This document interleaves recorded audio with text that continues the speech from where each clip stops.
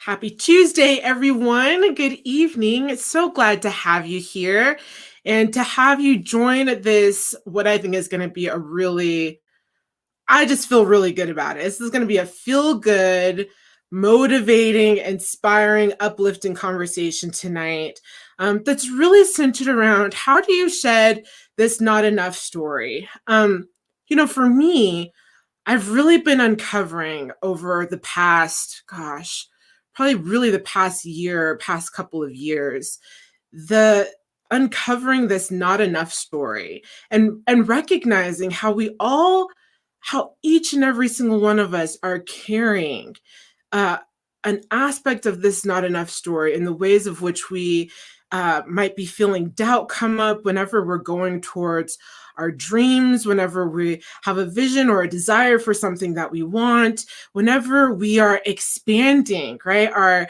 idea or our vision about ourselves or our circumstances, and that little pesky voice comes in and it tells you that you can't do it, or you don't have what you need, or you need more of something, or whatever the circumstances are, right? There's always a block or an obstacle, and it just simply isn't true. And it's the great challenge, right, in life, is to come to witness what the real truth is, and to discover your capability to dismantle those fears and really allow yourself to, what Joseph Campbell would say, follow your bliss, or what I like to say, follow your highest excitement. So for those of you who are joining us tonight, and I'm sure you can definitely relate to those self-defeating thoughts or those little doubts that come up. For those of you who are casting a vision of what you want to create more in your life, and you're like, I don't know, it's kind of outlandish or it's unconventional and you're just not sure. I think you're going to really enjoy our conversation tonight. I am going to be talking with my good friend, Charles Chessler, and he is a New York City photographer. He's amazing. I was so lucky to get to meet him. What happened is my good friend, Kat, she lives in New York City. She's a director and has a theater company. And I've had so many great conversations and chats with her. She knew I lived in California. Charles happened to come out here for a visit, and she said, hey, he's looking for someone in Colorado to help him while he's shooting. And I just thought I was coming to help carry his gear around and keep him company while he's shooting other things. Little did I know that I was the model of his work. And I have to tell you, one, what I first and foremost was amazed by was his connection, his heart, the ease of which he just makes everyone feel in his presence. And then his craft, his skill, his mastery.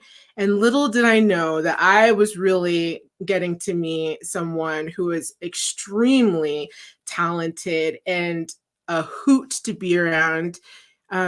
And I just think you're going to love Charles and what he has to bring and offer, his wisdom. He is a person who has gone the unconventional route, reinvented his life and his career by following his passion, putting it in alignment with his values, and just showing everyone what it looks like to be living your joy, living on purpose, and really there to just shine his heart and help every single person feel uplifted, so that they can shine their light. And that's what I'm all about. So I'm going to bring Charles Chessler in, who I call the master of light, because his photography is really incredible that way.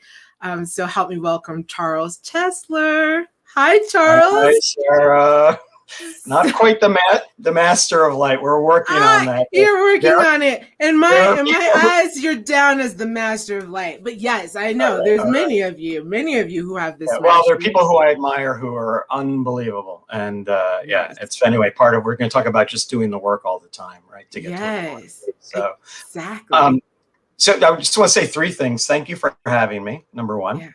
Really great to be here. Number 2, it is my bedtime, so I'm going to try and string together some cohesive sentences. Number 3, if my connection gets a little wonky, I'll be back in 20 seconds. I'll redo something like that. And I know you always have plenty to say, so you'll be able to vamp until ready. So, so yeah. Have something to say? Okay, yeah. Like me, right? So yes.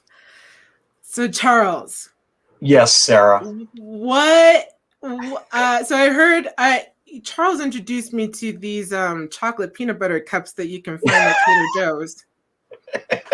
It's my purpose in life is to introduce everybody to dark chocolate peanut butter cups, and they should be frozen, I might add. Yes, they should be frozen. I do agree with that. And they're good in oatmeal, and they're good in coffee, and they're good just melting in your mouth, you know, when you need a little pick-me-up. Exactly.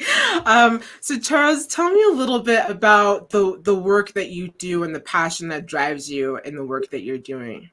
Sure thing. I want to give a little bit of context, being serious for a minute, because we're going to talk about taking calculated risks, and there are things that people never like to talk about. Yeah. And one of them is money, you know? And so I always like to let people know I've never wanted for anything in my life, but I don't come from money, right? I've worked for everything. And it feels great to do it because I have a great sense of pride about what I've achieved. And I've had some really nice things happen and come my way. Gear that was given to me a few years ago, and I try to give back and stuff like that. Yeah, I've worked for everything. I've been a cater waiter. I was a personal trainer for 20 years. You know, I was folding Sunday paper when I was 14. And I was an actor, and I gave it up because I had a mound of debt, and I wasn't bringing good energy into auditions and things like that. And it was both the most difficult, but the most correct decision for me at the time. And I worked my way out of debt over a number of years. And I'm just going to get into the whole photography thing started because in 2005 and 6, my dad had 4 major surgeries at Mount Sinai Hospital, which was on the other side of Central Park from where I was living. And it was stressful for many reasons. I was working as a personal trainer for myself, which I've always done. And so going and spending time meant not working and missing work. It was what my dad was going through, which was pretty serious. And then there's a relationship of my dad adored me, but he was tired when I was growing up. So being there for somebody who didn't feel like loves you, but wasn't quite there for you in the way that you might have liked, right? The way we imagine we would like. So to cope with the stress, I bought a little, it was like such a huge deal for me because I was still working my way out of debt at the time. I think a little point and shoot camera, Sony P72. It was like $300, 3 megapixels, 3-time optical zoom. And I started carrying that, and I walked back and forth across the park to deal with my stress. And it was both meditative and therapeutic because it took, this is the key, my attention off of myself, and I put it on something outside, which was the beauty of Central Park, which I had never witnessed before.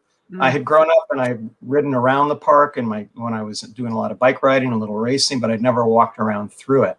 And that led me, I became addicted to taking photos. And it was a great addiction to have, and I'm an obsessive personality. But that led me to discovering the bird life in the park, which will lead to some of these threads about living my passion and some dreams that have come true in the last 2 years.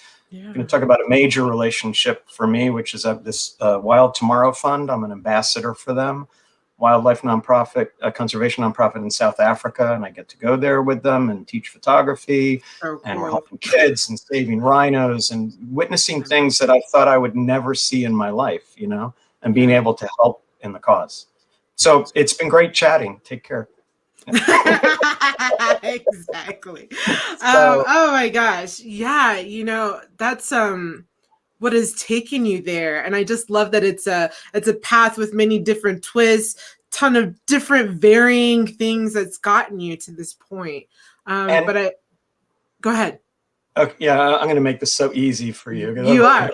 But the things that I've now been at it long enough to look back on, and I get emotional about this sometimes, that are so important about the getting there, is in the process being authentic, doing the work what I always did was I looked to do the work that I loved. And there was an Yeah. organic flow. And that doing that over time attracted the right people to me.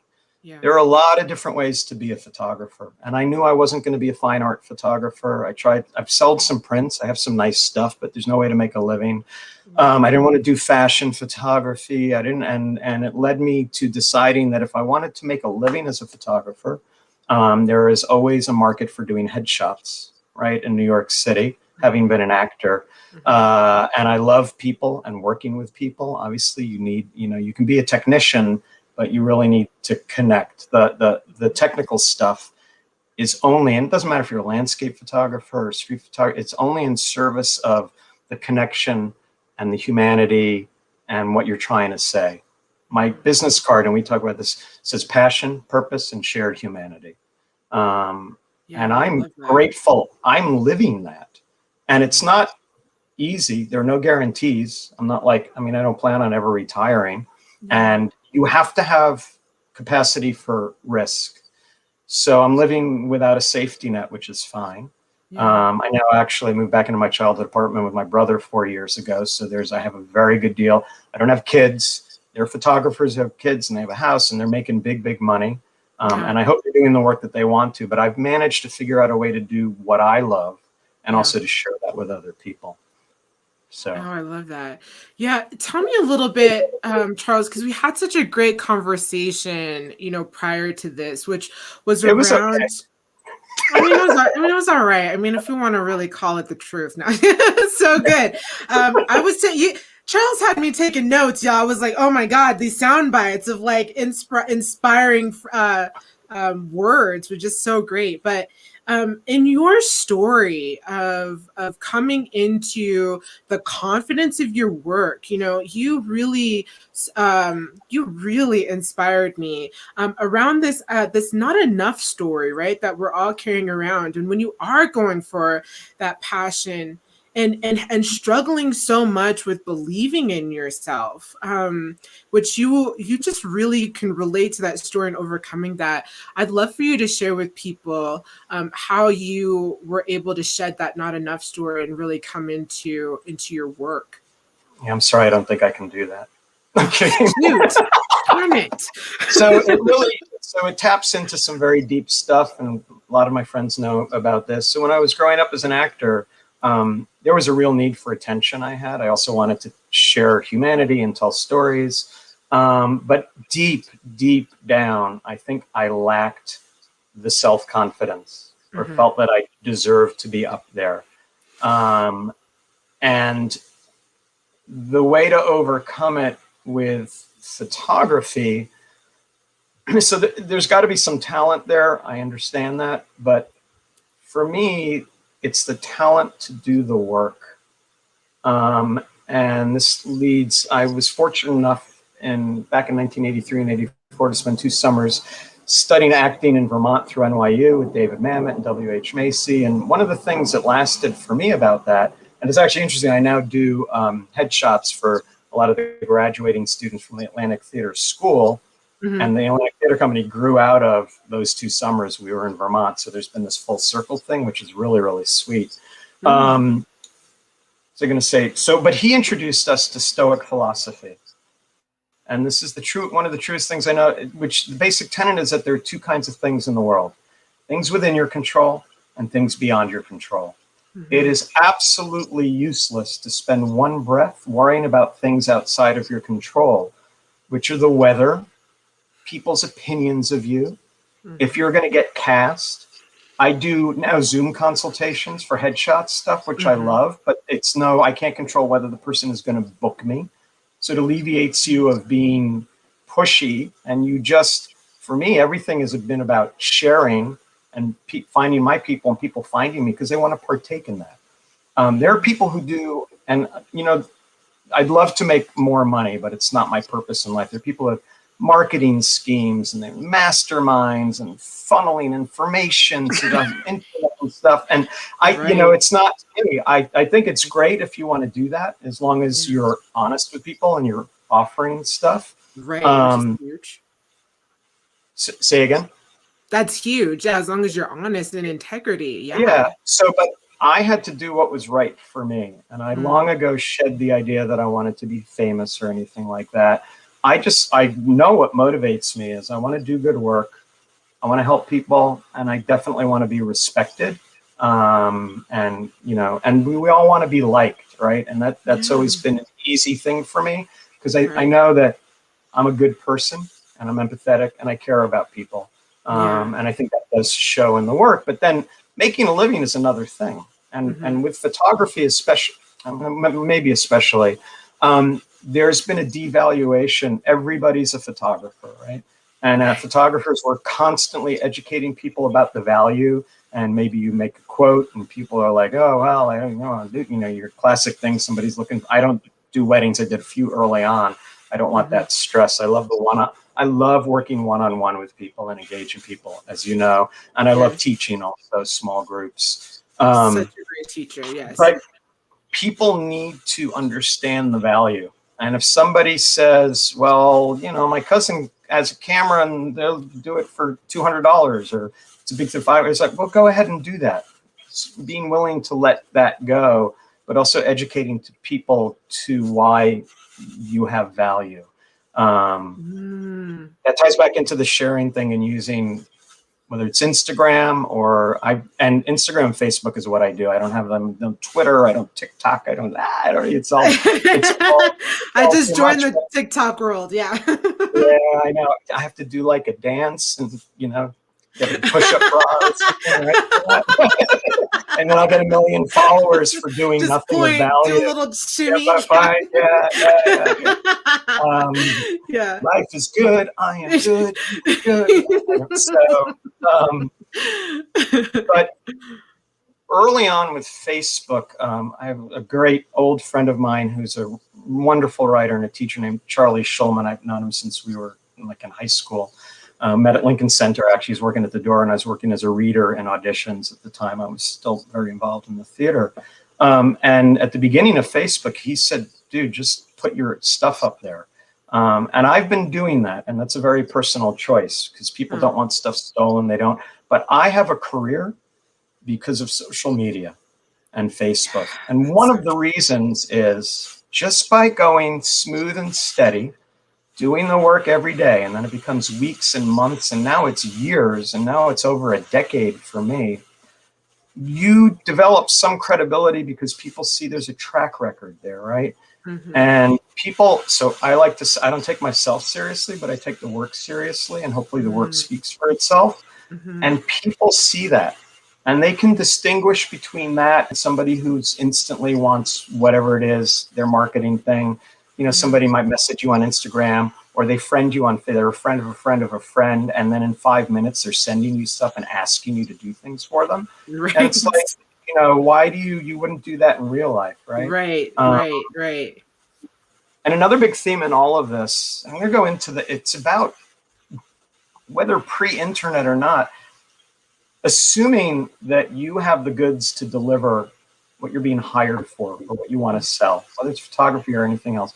It's then about creating relationships over the long term and not being desperate. And sometimes something is not for you, and 3 years later it might be.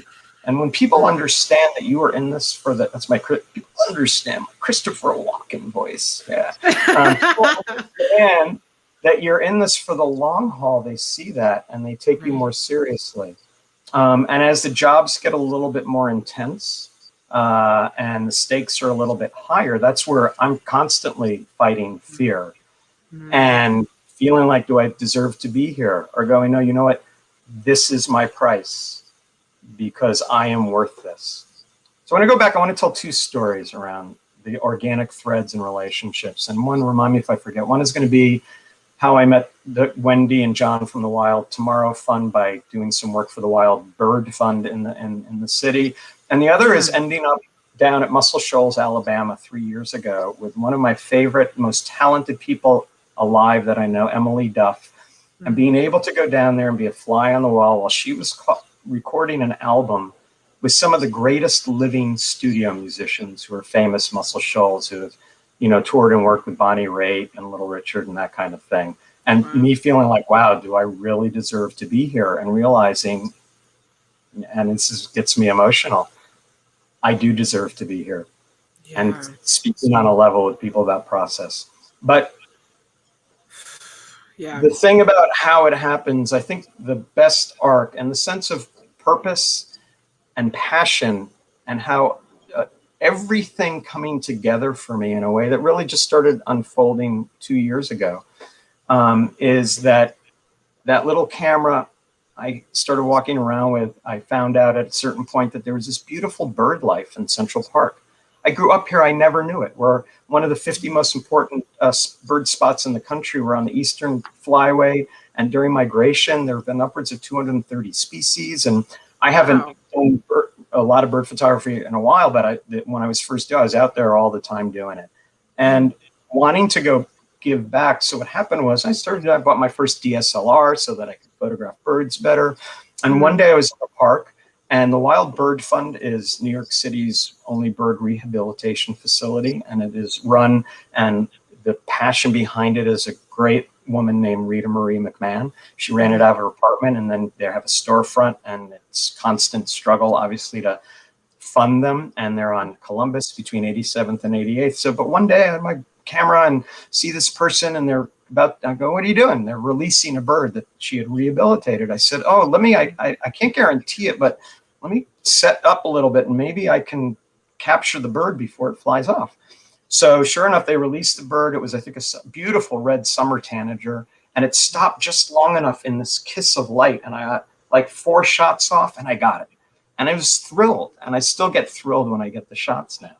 So we became friends, and I started just volunteering to go. I wanted to help out in photographing, and thankfully there are people who've been doing this since then. I haven't been in a few years, but I was photographing patients. We set up a mock studio, brought a little bit of light and stuff like that, and then I worked to photograph their galas and things. And at a certain point, I realized I wanted to teach, and I'd never taught.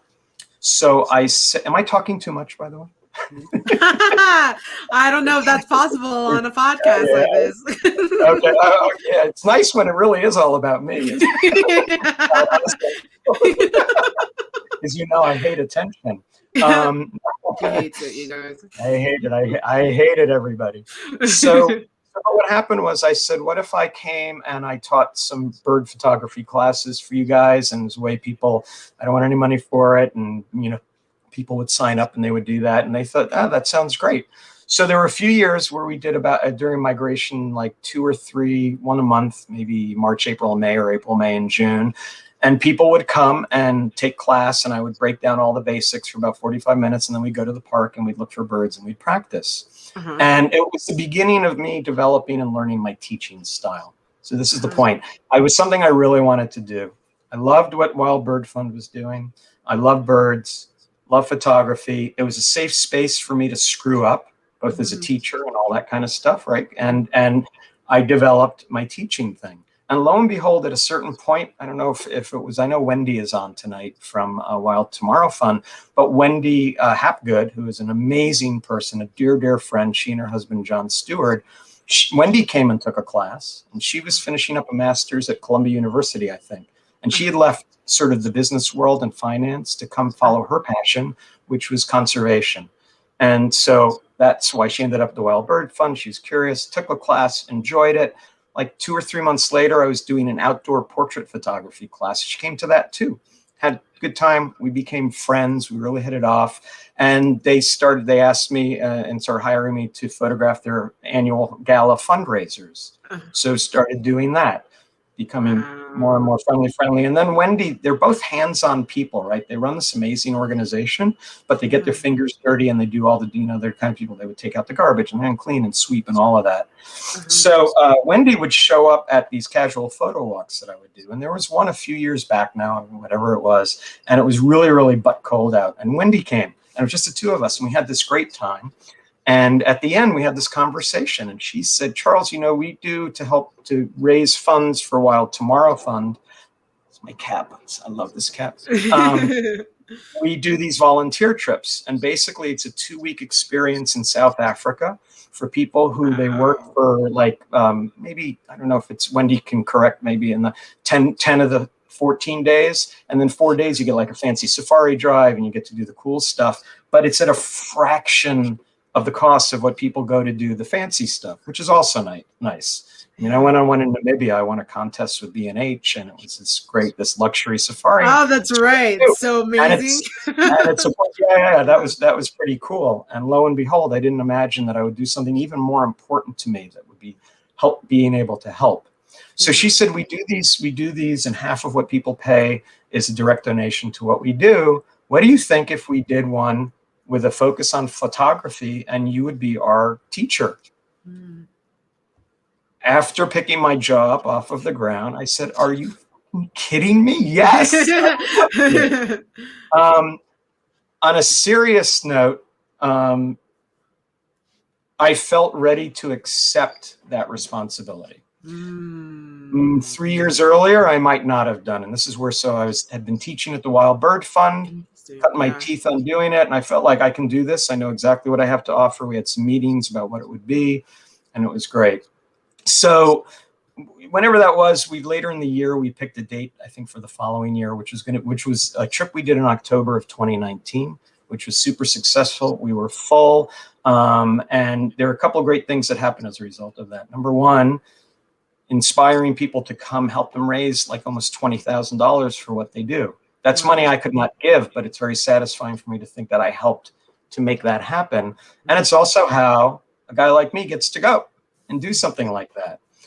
So it was really a gift from the heavens. But what happened was, before that trip, I noticed on their website, they had one of their regular, they call them volunteer trips. And I said, guys, what about if I come on this one? It was April of 2019. And I said, would you be willing? And what I'll do, I've done some presentations at B&H at the event space. And I said, I know if I approach them about doing conservation photography, they'll probably let us do a presentation. It might help us, fill some spots. And I said, if you could cover my ground expenses, I'll pay for my airfare, and I'll go 2 weeks without working, which is still an issue. It still can be an issue for me. And they were like, sounds great, 100%. So this is, I'm going to go into the risk taking and setting the stage I did at the beginning for that, talking about money and what that risk involved. So I was stoked. I went out 3 days later. I bought my plane ticket to go on the trip, not knowing how I was going to pay for it. Wow. Didn't have the money in the bank, but I just, I was like, so that's a calculated risk of that amount of money. It's not like I'm going out and taking a loan for $20,000 or $30,000, and not. Right. I had worked my way out of debt a long time ago, and is one of the reasons I stopped acting, as I mentioned, because I wasn't happy or bringing good energy into auditions. And then this series of events happened. So I took this calculated risk because in my heart, I knew go, and I wanted to go ahead of time, and that I would get content, for lack of a better word, and that would help inspire people to sign up. So that happens. 3 days after I buy the ticket, I get a call from the Atlantic Theater School hiring me for the first time to do headshots for one of their graduating classes. That was, at the time, the single largest amount of money I was ever going to make in one day as a photographer. And this is part, we were talking about this that I'd forgotten. And that covered basically my airfare and what I felt I would need to earn for one of the weeks that I was gone. Right. So great. Go, have an amazing time. I'm documenting rhino dehornings with them because it was a regular trip and there weren't a lot of people. I was the only photographer. So I had I access up close. I've given presentations. Actually, I want to do another one at some point. And at the rhino dehorning, at one of them, I had my big camera and I'd forgotten my strap on the trip.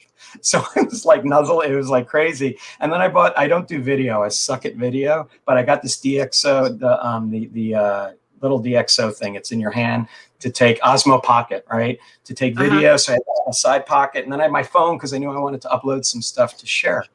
So I get an up close and personal at the rhino dehorning thing, and I upload it to Facebook.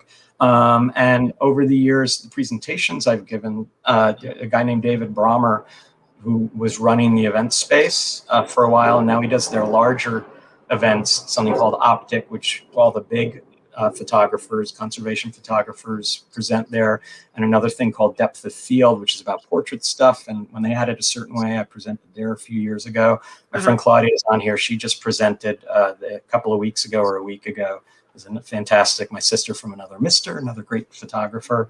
But I posted this photo, all that to say, and David used to have a studio out in Seattle, and he like dresses in black, and he would do tattoos and pierced and like really tough stuff. And I post it, and David goes, you know, I'm tough AF, but I don't know if I could handle that.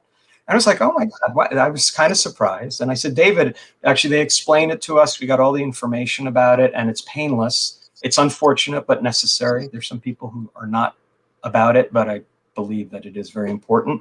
And poachings have gone down when they started doing rhino dehornings. Right.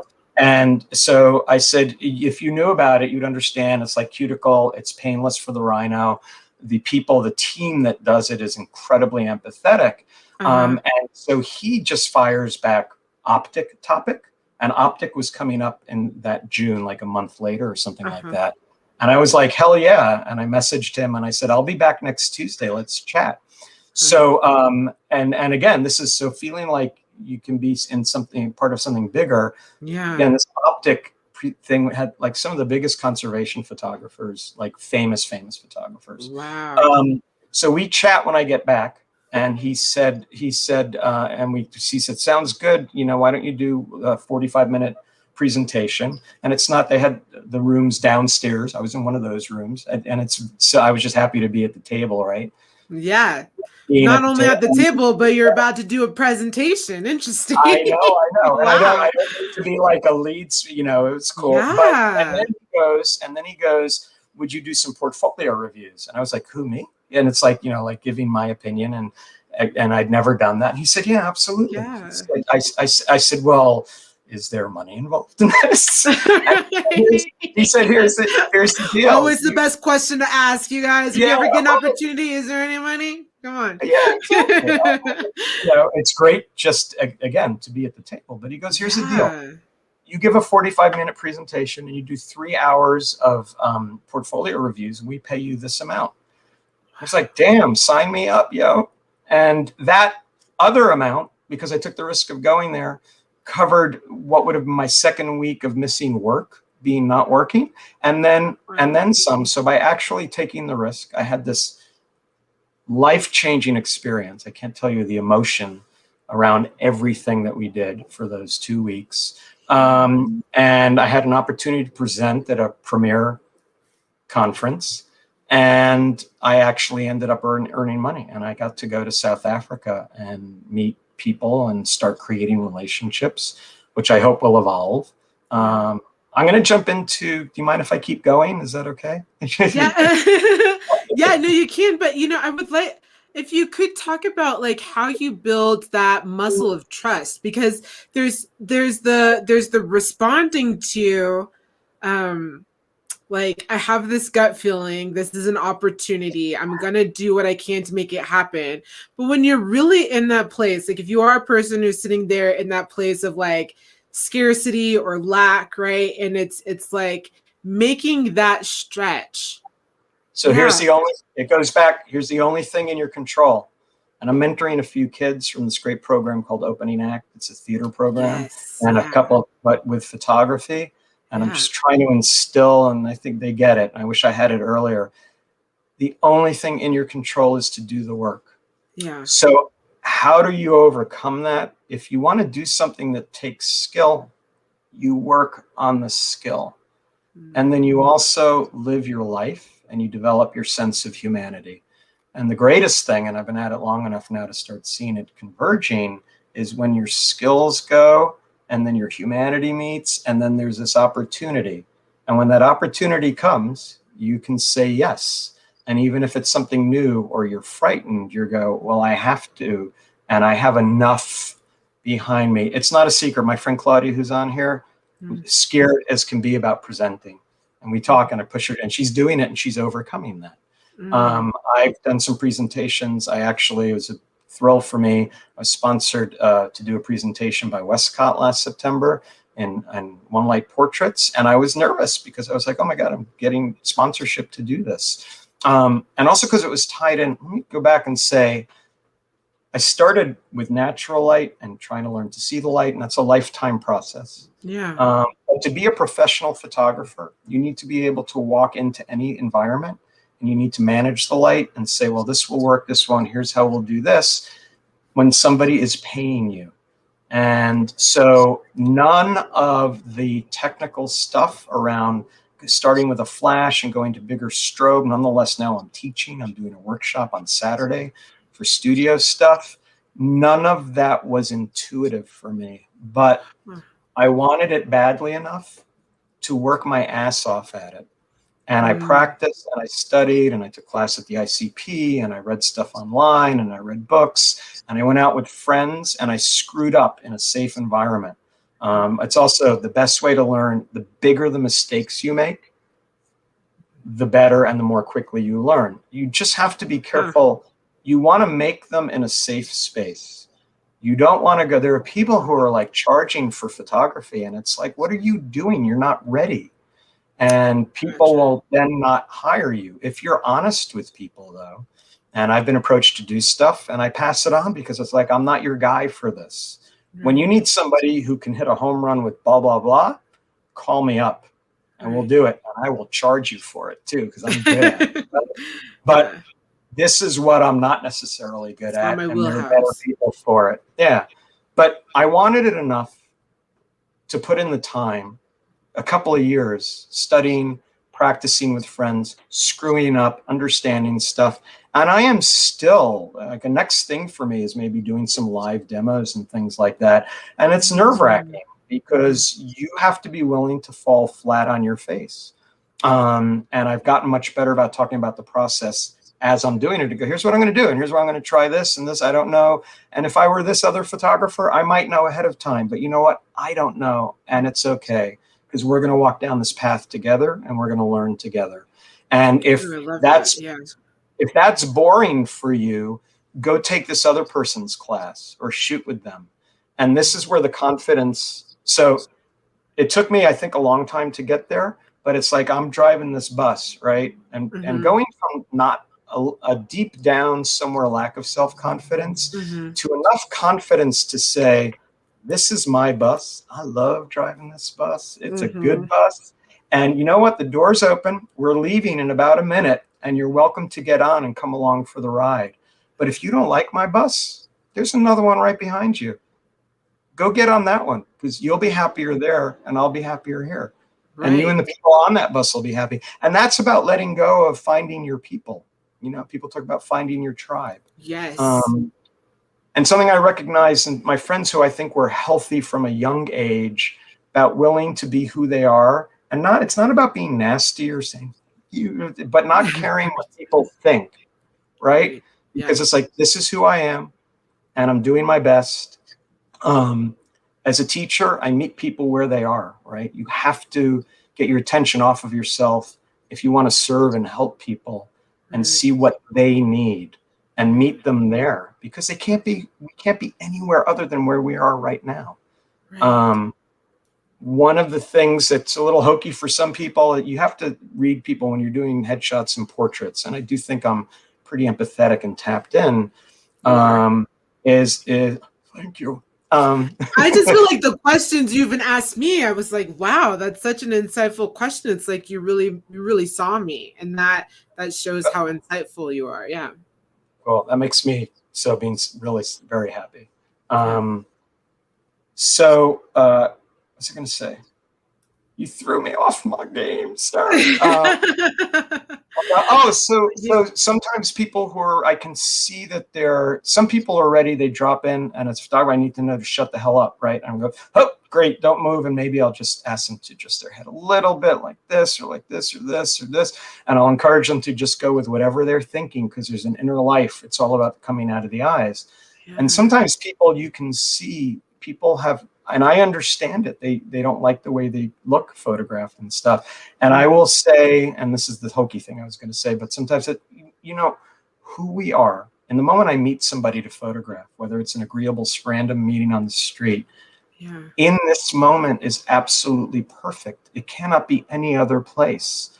We're all in whatever word you want to use, a journey, process, whatever it is. Let's meet here right now and see what this is. And then we can revisit it, and it will change and it will shift as we walk down the road. But yeah, you can't, so encouraging people to own who they are and feel good about that is something I love doing, because it took me a while to get there. And I photograph a lot of young actors and stuff now, a couple of acting schools, and people are starting to find me last fall on Instagram randomly. And it was great. Nice. And I think the work is speaking to people. And the other thing I do is like this. So Zoom, Debbie Gilbert is on here tonight. And I had done 2 years ago a presentation for her for a group that she was doing. And I was supposed to do another one about a year ago when the pandemic hit. And she said, we're going to move it to Zoom. Is that okay? I was like, what the hell is Zoom? And she cracked up. She called me on it like yesterday because I posted Zoom, A Whole New World. And I was resistant to it because I'm a technophobe and I have to push through some of my fears. There are things that I'm awful at, that some photographers are amazing at. And I remind myself, this is me. That's who they are. I will learn if I need to in my time. So I got Zoom, I learned about it, and actually it was great. I was getting ready to do the presentation for her, and I was practicing with my friend Jennifer Wild, who is a very cool gal. She's an on-air radio personality, and as you know, and you've met her out in Denver, and she's also heavy into the photography thing now. She does beautiful work. And we were chatting. I said, can you help me practice? And we were practicing, and I said, wait a minute, let me take a screenshot, because this may be, I was looking for a way to connect. It was at the beginning of the shutdown, and it's like not wanting to go out. I was going shopping at 2 o'clock in the morning at Fairway when there were no people there and stuff. And I thought, because I love photographing and connecting with people, and I thought, and it was really her idea. I did this thing called Faces of Zoom, and it was like whole hog for a couple of months. You participated in, and just taking people's emotional temperature about how they were doing. We were all scared shitless. We had no idea what to expect. And it's still, here we are a year later. And that project gave me an incredible sense of purpose, and it kept me connected. And then it faded off a little bit. And I was depressed in July, and I got out, was doing some stuff with my mentees that kept me well. Yeah, it was great. And then I was witnessed, another great friend of mine, April Anderson, who does incredible documentary stuff, did this great project that people should check out called Viral Life. And it was about how creatives were pivoting and adjusting to keep creating. And I was her first subject, and I'd never been witnessed that way. So by facing the fear of Zoom and doing and embracing it, it was this other thing that never would have happened to me. I felt celebrated in a way that I'd never been by somebody who really put stuff together really nicely, and we've become really good friends. And so have I answered the question? What? Yes, I think you have. Yeah, as far as you just meet the moment, regardless of that fear. Yeah. And the overriding thing, it always goes back to having the talent to do the work and just do it quietly and do it consistently, day in and day out. Whether you have to work a job that's 12 hours a day and you get 3 hours on Saturday to work at it because it fills you up, or whether I've gotten to a point I'm lucky, it's my life, and it's still a lot of work, because if I stopped, as much as people I know enjoy my stuff, nobody has time to care enough to do it for you. And that's the way life is, right? And we have to care enough and invest in ourselves to feel worthy, right, of doing that. And sitting at the table. And it's the only way to move forward is to take those first steps, right? And to do the work, start where you are. I think it was Muhammad Ali. I remember a quote when he died, and maybe I'm misquoting, but it was like, just keep starting. And last year was a reminder of that. I had been in Italy. I lived in Italy years ago, and I almost never came back. And I love Italy, and I hadn't been for a while. And a year ago, February, I decided, my brother came in at one point, he's on these lists for cheap flights, and he said, cheap flight to Rome. You should go. And I said, I can't, what, blah, blah, blah. He said, just go, don't worry. If you need some help, you know, like, very cool, I can help you out. Don't worry about not working. And so I went for 2 weeks, and I have some great friends there as a family, the Brunis, who are like my other, I knew them since I was a teenager, and my friend Francesca's become a renowned filmmaker there. And so I went, and I ended up randomly, because of my friend Jose, staying at an Airbnb with a fantastic gal, run it, named Piera. And her husband is an artist, and she knows everything about the whole area. And we hit it off, and we got to talking about doing a workshop there and stuff. One of the reasons that I wanted to do it. But I have no idea why I started on this thread, but about the getting back. It's about, so adjusting, right? So I've been working. October 2019, we had a really successful workshop in South Africa. That was a huge deal for me, right? So I had a little bit of credibility because of that, and I'm so lucky to be associated with Wild Tomorrow Fund. And then I decided to go to Rome because I would like to spend a month a year the rest of my life in Italy, and probably in Rome. And I said, let me go. And I just want to be the photographer I was when I started, which was carrying a camera and walking around with no agenda. But let me share, and I think I can develop enough interest, and I feel confident enough at this point to lead my own workshop. So it was going to be a 1-week workshop. My goal was to do it last October. And I went, and I was posting actually a lot of food, which I never do. And people were loving it. And at the end of the trip, I came home. It was the end of February, right on the cusp of everything starting, with enough interest that I could have done a workshop this past October. And on top of that, I photographed some local actors and new people through Facebook. And I had enough work actually lined up to go back earlier last June to do headshots, which so all that to say, there is a point here. I had this great lead up. I had this amazing trip. Everything about it was fantastic, and got back with the idea that I was going to be last year going back to Italy twice, June and October, and that we had pretty much a full trip in August for Wild Tomorrow Fund back in South Africa. Wow.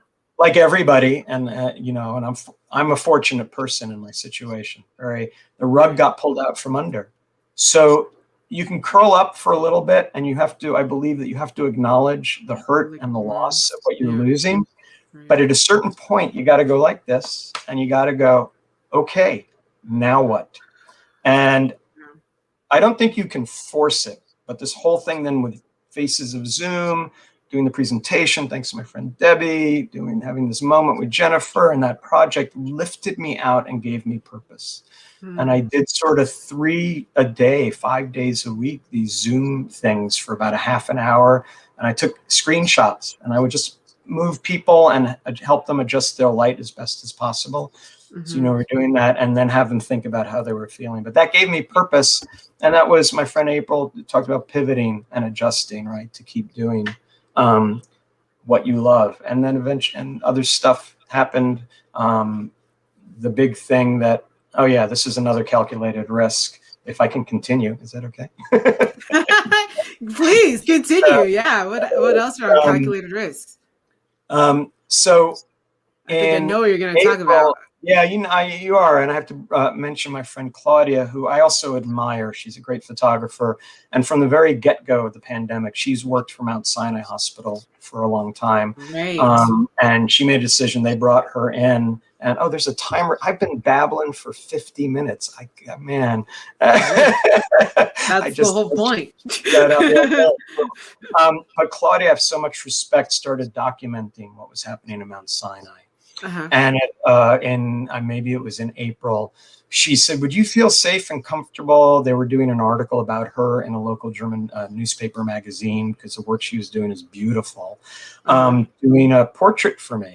And so I got to say, I'm chuffed, because this happens when fellow photographers ask me to do their shot. It's like, it's a really good feeling. So we set up this shot, and I got on the subway, which was empty. It was actually safer than that because nobody was there. I had a camera and a lens, and I was bringing one flash on a light stand, and we set it up so that Mount Sinai was in the background across the across the park and little light on her. I was really, really thrilled with it. And I think she was happy with the shot. And literally 3 days later, there's another story about organic relationships. I ended up working at White Plains Hospital. And I worked for a day in April, a day in May. I did corporate portraits for them last September. And the reason it happened right after I did this with Claudia, I kind of wanted to tell her, I'm not trying to copycat you, but it was amazing that this opportunity came my way. And it happened because I know a nurse there, and she's now moved on to an education thing, named Corinne, who's a fabulous gal. So how did I meet Corinne? Back maybe 7 years ago, the New York Fashion Week was happening. It was happening at Lincoln Center, and people get dressed up, and photographers would go. For 2 seasons, I think I went, and I brought a reflector once, and then once I brought an assistant with a light and taking portraits of the people who dressed up. So you'd approach them. And so one year, Corinne was there in this beautiful red dress, and I took her portrait. And we became friends. We, I think, connected on Facebook, and we stayed in touch. And this is about, and people with similar sensibilities, right? Finding your people. It's nothing forced, nothing. And we started talking at the beginning of the pandemic. She was like, some of these nurses look really cool with their tattoos. Maybe you could come do a portrait thing. So it's like, Corinne was on my team, and she's this gal who's in the thick of the front line working in the emergency room. One of the folks who do this work are just breathtaking. And it didn't work out because it became too dangerous. It wasn't really right. Didn't want to push it. Anyway, cut to, I checked back in with her. It was on a Monday. I forget when it was. And I said, what if maybe I came up and when people got off, I would maybe do some portraits like that. And she said, I think they're looking for a photographer. And I said, really? And she said, let me get in touch with the marketing people. So later that day or the following morning, whenever it was, I get an email from the marketing people. And we spent the day negotiating what was going to happen and pay and what they needed and stuff like that. And I made a decision. I think I had the opportunity because I think they might have had a couple other photographers they worked with, and I understand, who said no. I get it. So this was a big calculated risk on my part. But I had a feeling about it, right? It's that intuitive thing. That's intuitive part. So we hammer this out. And the next morning, I'm up at 4:30 in the morning. I posted some photos. I'm on the subway with my gear, and I take a minimal gear to do what they need me to do. I get to Grand Central. I take whatever Metro North. It's empty. I take some photos there, and people are like, oh my God, are you okay? And I'm like, once I made the choice to do it, it's like, okay, attention on the task now. It was like no big deal. Now, I knew the risks involved, but if you decide to do something, just frickin' do it and shut up about it. Like people, I see whatever it is that they do, they like to post about how hard when they worked and oh my God, and I did. And it's like, people are interested in a certain way, but nobody cares about you going, oh my God. Right. The pain story. Yeah. Decide to do it and then share your love for what it was. Yeah. So I went up, and it was one of the most emotional. It was unbelievable going, and I had to get all suited up and stuff like that. And I remember, and at the end of the day, went back and take off all the stuff, got my clothes on, wiped down all my gear, the subway. But I took the train home. And then I did, because it was a little bit frightening, that thing where I got to my front door and left my gear outside, re-wiped it down, took off all my clothing, including my coat, and I got just in the door for that part. In New York, my neighbors don't need to see that. But put all of my clothing into a bag. Yeah. Went right into the super hot shower, got dressed, went down and washed a load of all of my clothing in hot water, came back up, started working and processing images because I wanted to do a really good job and get them stuff that they needed. And at the end of this very, very long day, it was very emotional, did it. And when I paused and caught my breath, I just started crying. And because it was the adrenaline and the intensity, but also these nurses, the CNAs, the doctors, the people who work in the cafeteria, who have been on the front lines. And I was just back last week to help them document the 1-year anniversary of their first COVID patient. Wow.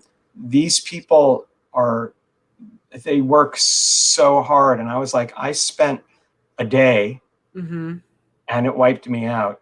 And the thing that I noticed, there's obviously a vast array of types of people who do the work, but a lot of these incredible young female nurses who have this, they do the work, they have joy, sense of humor, they love helping people, and maybe they do these 4-day shifts, they fall apart, they dust off, and they get back at it, seeing, hearing it. And now they've been doing this for a year. And I had so much respect for them. And that was also part of the emotion that I'm like, I did this for a day. I'm feeling they're doing this every day. And they're intubating people. And in the meantime, the people who are thinking this thing is a hoax. How you even, and so you have to ignore that and just it's about doing your work, right? I'm a photographer. These people are saving lives or trying to save lives. So there's also a perspective there, right? And what we're doing. And it was a privilege to do the work. An absolute privilege. So amazing. I would ask you, Charles, and when you talk about these projects and you talk about just following the path, right, towards what is it sounds like what is inspiring you, and your intuition, but there's also in how when you're talking about your craft and how you know what the quality of the work that you can do, what you can bring forward. My question would be is, how do you battle at all that line of like perfectionism and authenticity? What is that line when you're going into these projects and showing up? If it's something new, it's definitely, there's a fear factor there. Authenticity, I know that I'm authentic. The whole imposter syndrome thing, like, am I really good, right? So that happens. The perfection thing is depending on the work and then what people are needing. So there's a sort of, for the work at the hospital, I was not going to be using a flash in the hospital. The light is horrible. And so there was an education that I had to give that go, listen, I'm going to be shooting at high ISOs and things might be grainy. And so preparing your client for what's going to happen. And we had some stuff, we did some staff. The second time I went, we did some staff portraits and things that ended up in their annual report and on the cover. It was really cool. And I brought like 2 flashes with something called a flash bender. And we looked for the best neutral spot out of direct sun. And it wasn't ideal, but I got over my perfectionism and they were happy with it. And the work was good and it was solid. And they expressed great appreciation, which makes me happy. So you have to, the perfectionism is a, if I'm doing headshots for somebody and I can control everything, I'm doing absolutely the best that I can. And hopefully the more I do it, the quicker I get with it. And finding the right balance and how you're processing it. And that's always evolving and learning about light, but there are things. So I guess I have to overcome the fear of new situations. That's the Elvis situation going on. Since my situation left.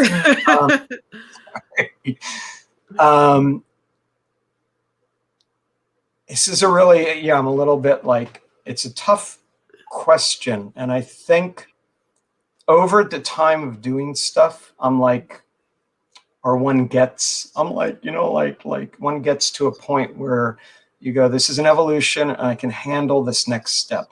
And I can do that. I'll tell you, so some situations where, and this was, people wanted to do, it was great, reached out and I did some portraits over Zoom for them last year. And one was an author photo for a gal who does, it's a yoga book that they're redoing and stuff. And I wasn't sure if I could deliver that quality.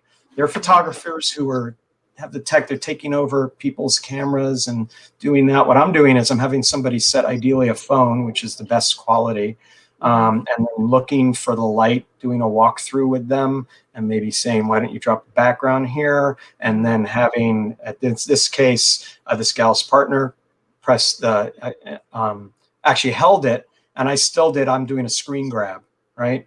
Mm-hmm. So in this case where I didn't think I could guarantee results, I said, here's what we're going to do, because this is interesting for me. Mm-hmm. I will go through this process with you. I don't care about the time involved and stuff like that. If we Mm-hmm. get a result that you can use, you can pay me. And if we don't, no harm, nothing lost, because I couldn't control, right? Right. And where that fits in with other stuff, let's say at the hospital is saying that the light is awful in this situation.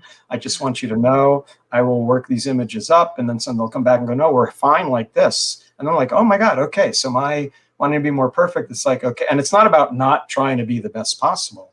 Mm-hmm. That always happens, and always getting it the best possible right in camera.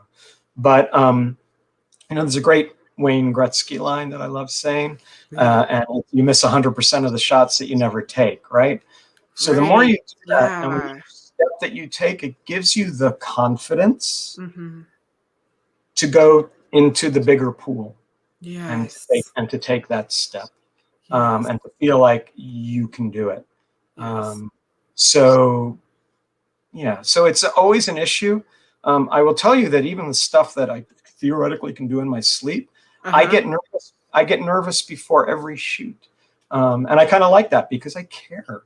My brother and I were talking like a year or so ago about, tell me the story of this reporter who had access Yankee Stadium, went into the clubhouse, and Mickey Mantle, before a game, was throwing up in the bathroom. And the reporter's like, are you okay? And he says, happens all the time. It's nerves. And then he gets out on the field and does his thing. It's like, so if you're wired that way, right, knowing who you are, you have to develop, I think, coping mechanisms to go, I'm either not going to do it, and I'm going to do a job, whatever it is. All jobs have value, and I'm going to work so that I can retire, and I'm going to enjoy going for a walk and stuff like that. And that's fine. You decide to do that. But if you have a little great word in it, angoscia, and there's something, if you need to have to do it. Anything in the arts, because most of us are working without a safety net. But the joy is in living the life like this and doing, I love what I do every day.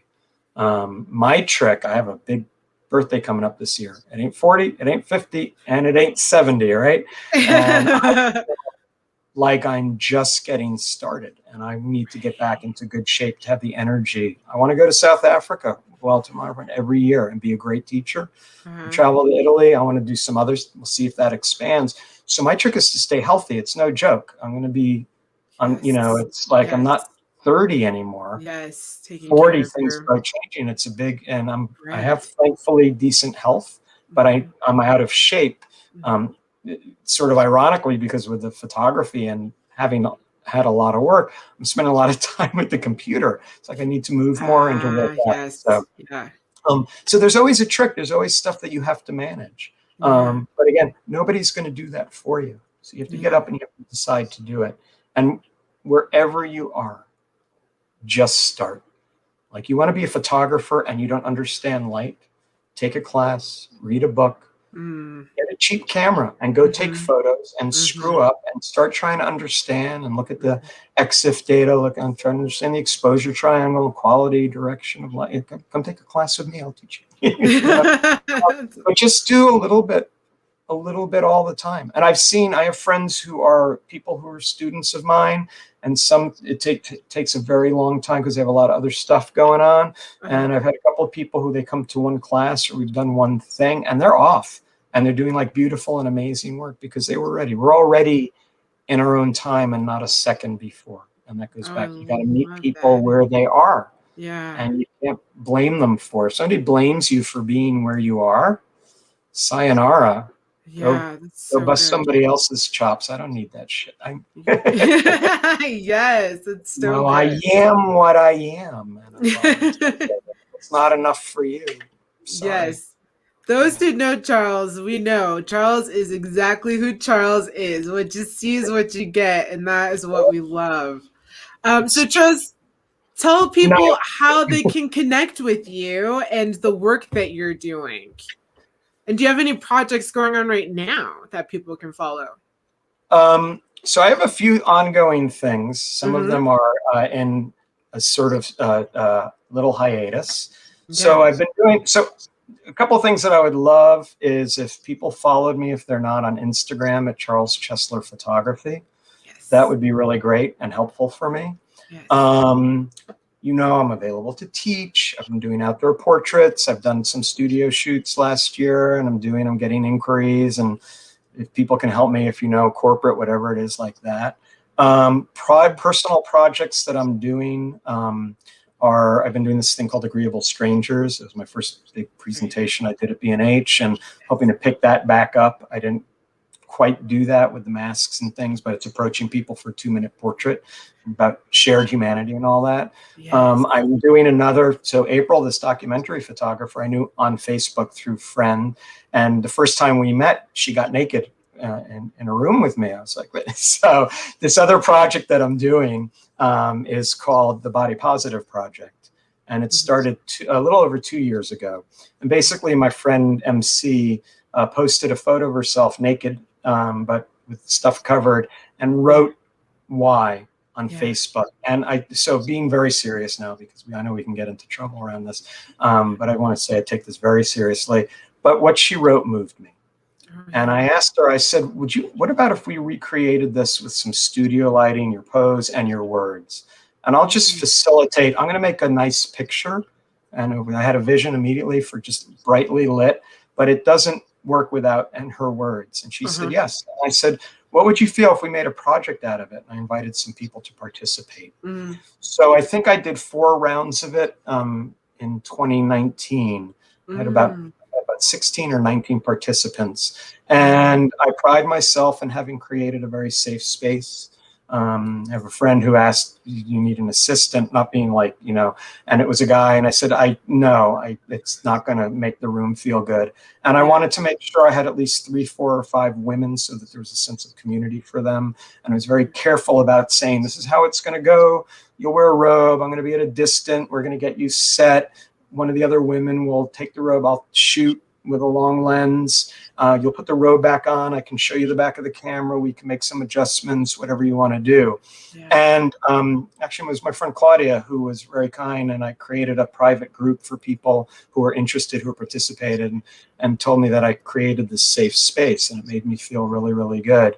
And everybody who's participated, I think, has had a good experience. So all that to say, was on a hiatus last year. Uh-huh. I see this as a lifelong project, and it's basically people who want to participate to write about why. It's nothing me. I'm making a photo and people have reasons. So if people want to see on my personal Facebook is wide open. I have an Instagram for it, but I haven't loaded images. But if you go to my personal Facebook and you look at for my albums, there's the Body Positive Project. And there's photos of everybody who's participated and their words. And if people wanted to participate next year, express interest, they can message me. Perfect. Like that. Also, if people are interested in information, I have a Facebook group private for photo walks and workshops. So if they want to be a part of that and announcements about whether I'm actually going to be meeting with Wild Tomorrow Fun folks in a week or so. And we're figuring out when we'll be able to do the next trip. If people are interested about hearing about that or studying in Italy, you know, doing a workshop with me. I'm very, yeah. So as you know, also, I'm not pushy at all, right? It's just, I do a consultation, we can message, so they can email me, Charles Chessler Photography at gmail.com. Just my name on one like that. People can message me on Facebook. They can message me on Instagram, but it's a little, I'm still like Facebook Messenger works real well. And people can go also to Wild Tomorrow Fund. It's wildtomorrowfund.org. They can see information, info about me being an ambassador, and as information becomes available like that. Is that enough? Is that too much? How many? I love it. I love it. Get in touch. Let's work. Shameless people. Promotion. Let's do it. Let's do it. Yeah.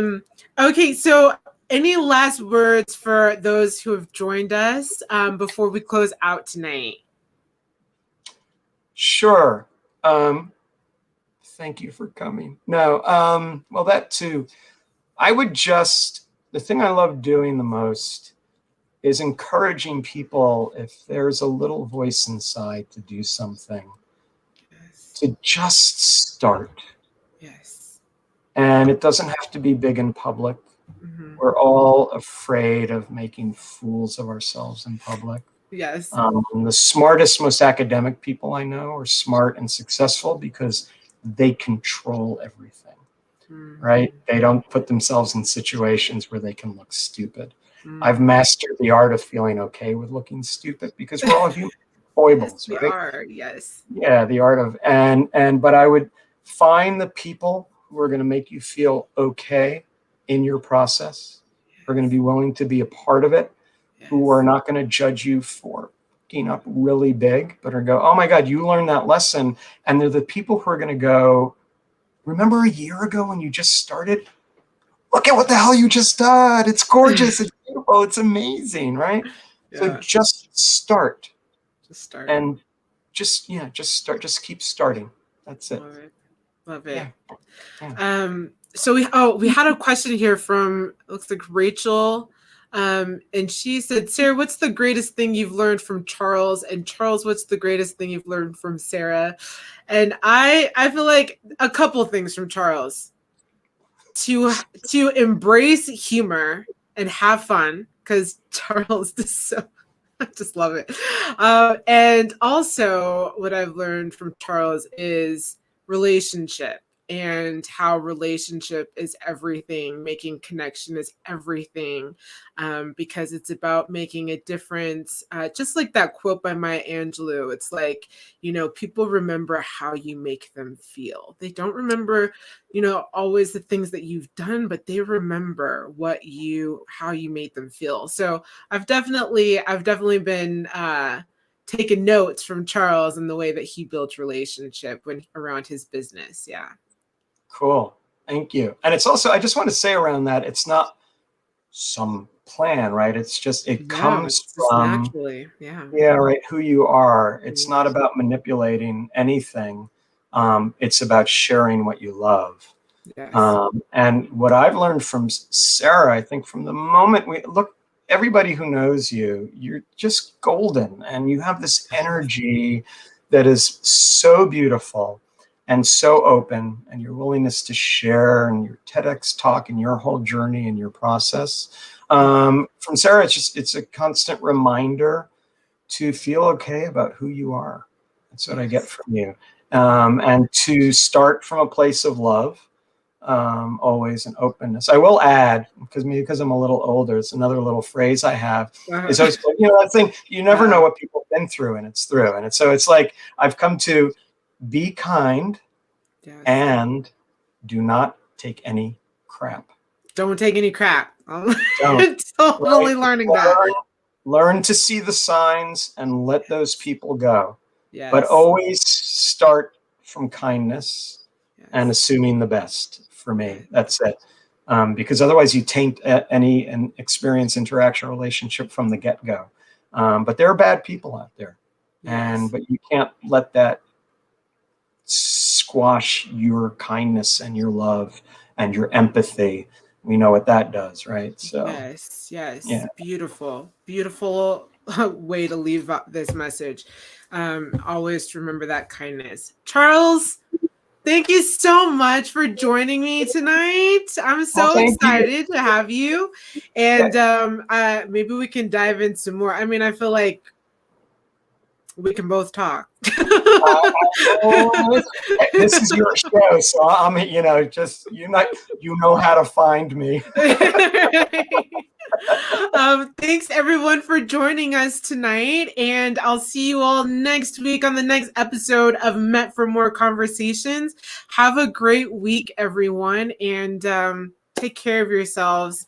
Stay warm, and looking forward to these longer periods of daylight. So exciting. All right. Bye, everyone. Have a good night. Thank you, Sarah. Bye.